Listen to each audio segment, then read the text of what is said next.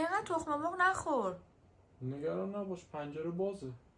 واسه اون نمیگم، واسه چی؟ کلسترولش میگم.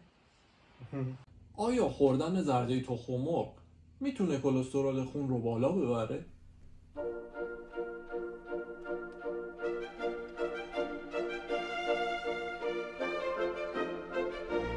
سلام سلام سلام، خوش اومدیم به یه ویدیو دیگه از سری ویدیوهای فکت اور فیکشن بای مو.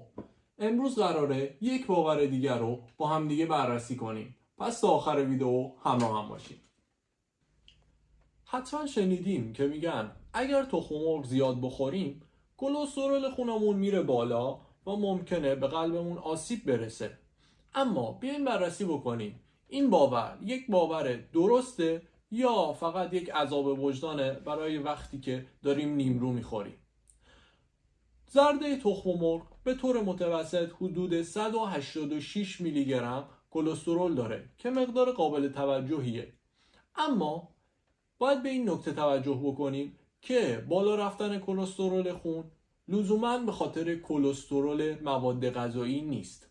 وقتی که ما کلسترول مصرف میکنیم بدن میزان کلسترول تولید شده خودش رو کاهش میده و در واقع مصرف یک یا دو تا تخم مرغ در روز طبق مقالات علمی و بررسی هایی که وجود داره هیچ آسیبی به بدن نمیزنه و حتی ممکنه در برخی از افراد به افزایش HDL یا کلسترول خوب خون کمک بکنه.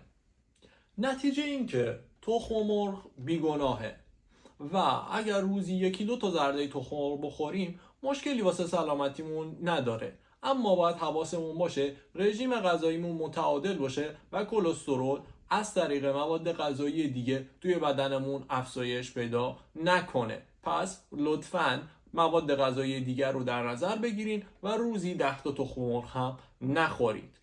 توی کامنت ها برام بنویسید این باور رو شنیده بودید یا نه و باورهای دیگه‌ای که میخوایم بررسی بکنیم رو به من اطلاع بدین.